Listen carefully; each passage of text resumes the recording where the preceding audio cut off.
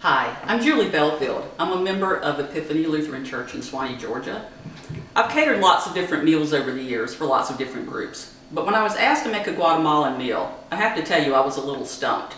So I did some research, and I found out that Guatemalan food is not only delicious, it's very vibrant and colorful. The book that I'm going to be using to base my recipes out of today is a book called Amalia's Guatemalan Kitchen by Malia Damgard. This book is an excellent source. You might want to purchase it on your own, and I guarantee you'll develop an interest in Guatemalan cuisine. So the food that we're going to make today, first of all, is an orange marinated flank steak that's put on the grill. It's going to be accompanied by a charred tomato salsa. It's delicious. We'll also be making a Guatemalan Sangria because it's summer and wine and fruit are excellent right now as a drink. And then we're going to make a black bean rice with some sauteed red peppers. We're going to follow that up with a very interesting dessert. It's going to be a sweet corn pudding, and I guarantee you're going to want to make that one more than once. So let's get started. In the South, as you know, we're blessed with weather, good weather, most of the year. And so, as a consequence, we love our barbecues. Well, I was really excited to learn that Guatemalans love barbecue as well. They love grilling, they love parties centered around grilling, and which are called churrascos, by the way. Their barbecues called churrascos. So I'm going to do a grilled flank steak with an orange marinade. And the first thing we're going to do with the marinade is I've sliced a couple of oranges thinly. I have a half a cup of sliced onion, which of course, because it's Georgia, I use Vidalia's.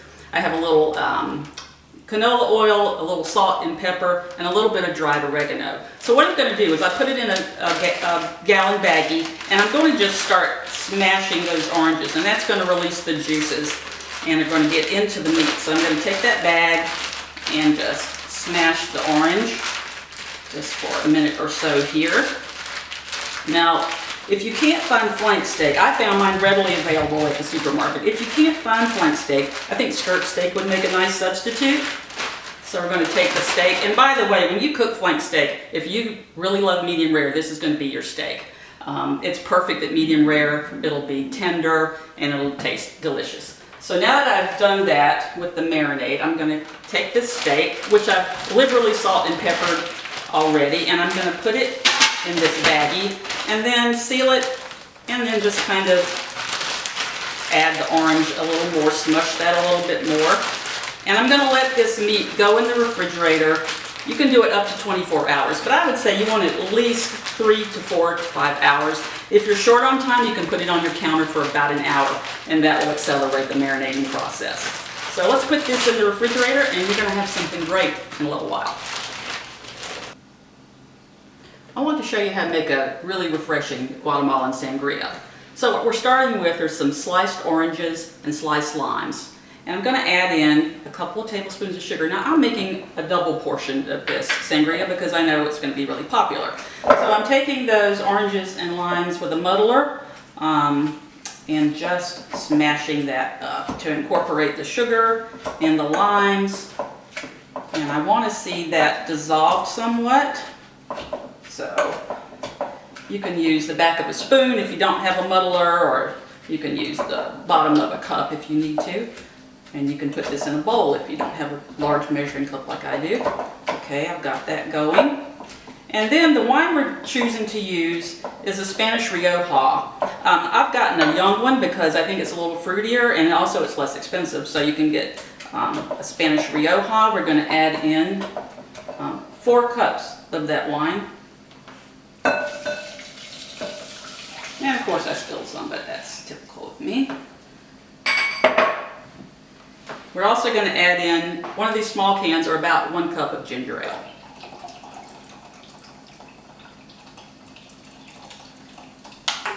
Alright, give that a little stir there. And I'm adding also 2 tablespoons of Cointreau. Now, Grand Marnier is called for in the recipe, which would make a really more of an elegant sangria, but whatever you have that's orange flavored liqueur. I happen to have Cointreau, and I'm adding that in. And just stir that.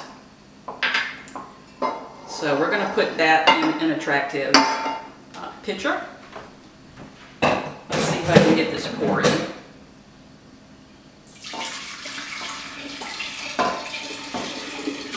With all those muddled fruits and sugar and orange flavor.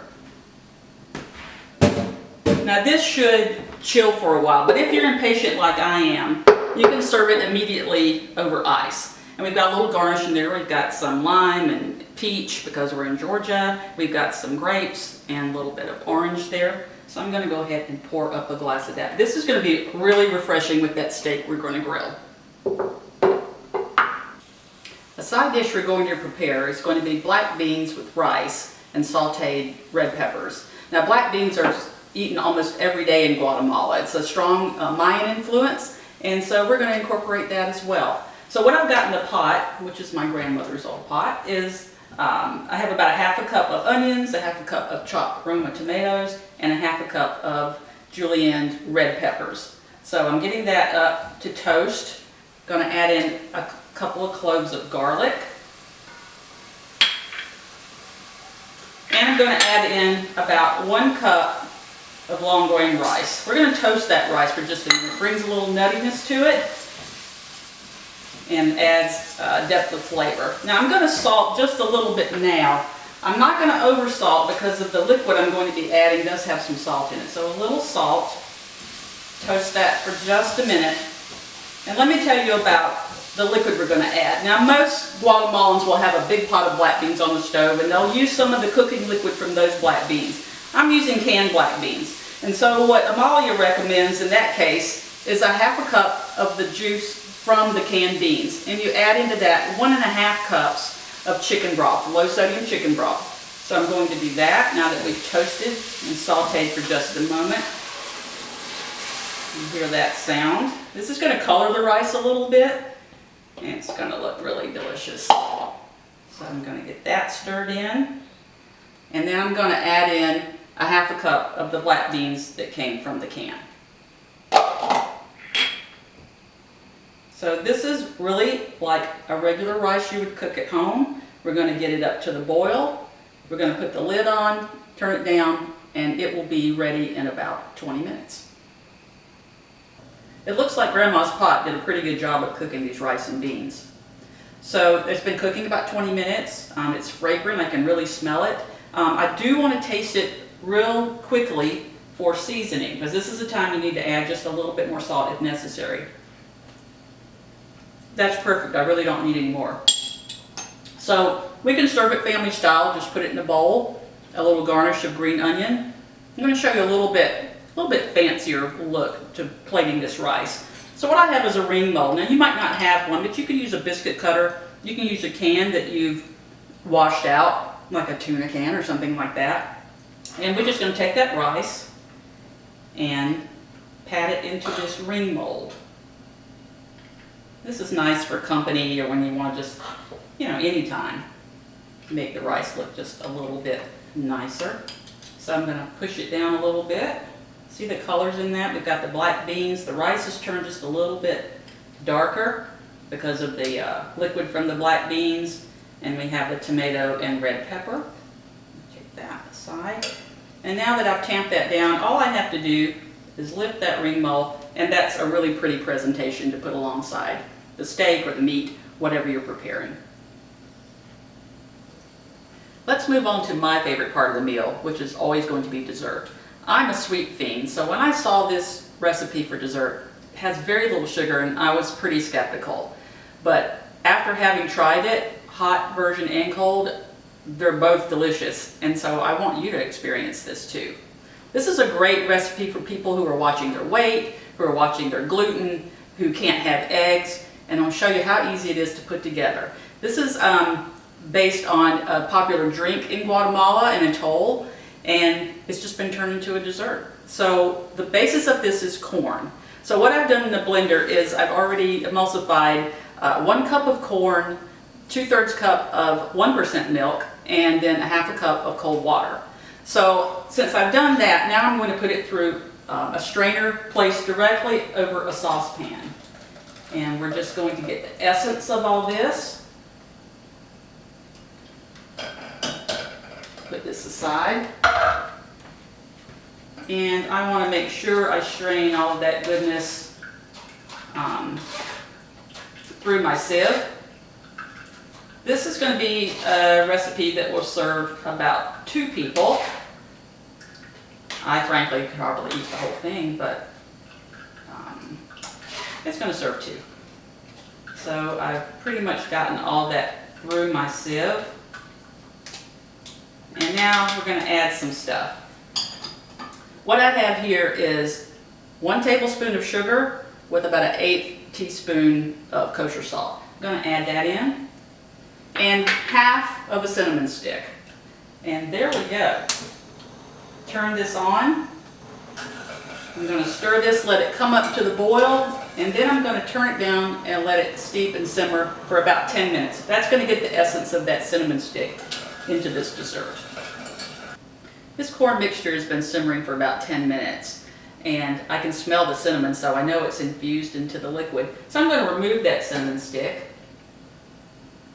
And then to finish this pudding off, this corn pudding, I'm going to add in 1½ tablespoons of cornstarch that have been dissolved in 2 tablespoons of water. And that's just going to thicken it for us.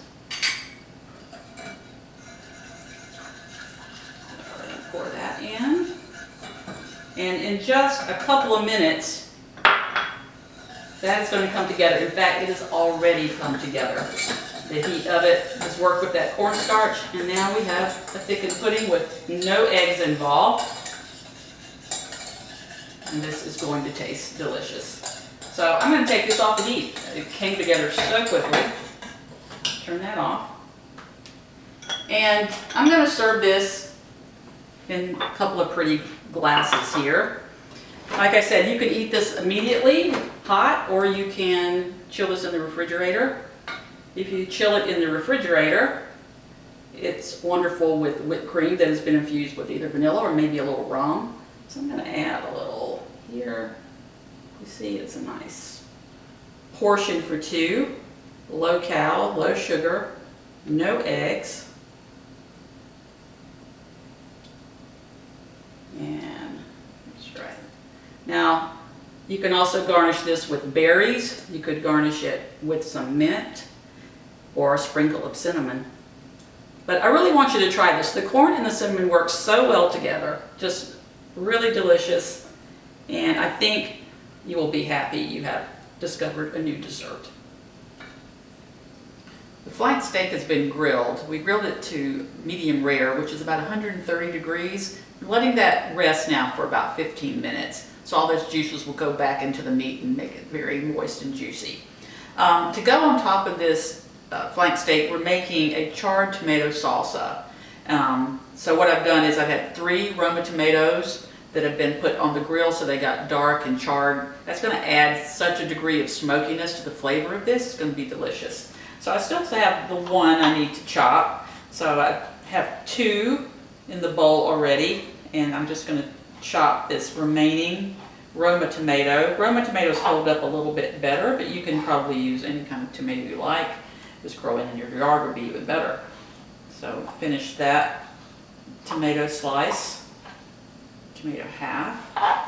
And now I'm going to add to that a couple of tablespoons of pretty finely diced onion. I'm going to add, and I really want you to use this ingredient. This is going to be fresh mint.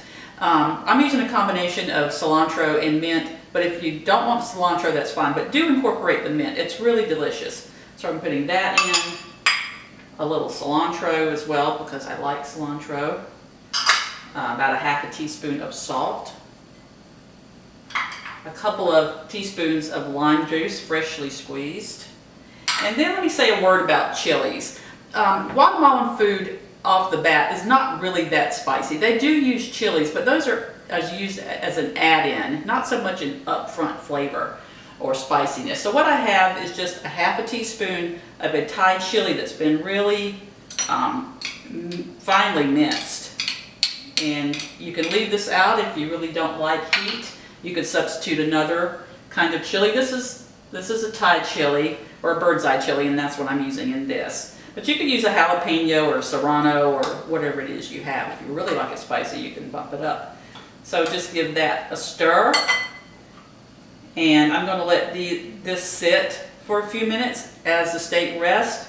It's going to be served on the steak. It's going to be delicious. They're going to complement each other. The grill of the steak and the char of the tomato is really going to be delicious. Here are the finished dishes we prepared today using the cookbook Malia's Guatemalan Kitchen. I want to recap what we've done today. The first is a sangria made with a Spanish Rioja and fresh fruit. The main course today was a grilled marinated flank steak, and it's topped with a charred tomato salsa with just a little bit of heat. The side dish is a black bean rice with some sauteed red peppers. Malia suggests we pair this dish with a fresh salad with avocado and tomato. And lastly, we have fresh corn pudding for dessert. I topped that with a little whipped cream and a sprinkle of cinnamon. We hope you enjoy these dishes. We hope you try these dishes, and thanks for watching.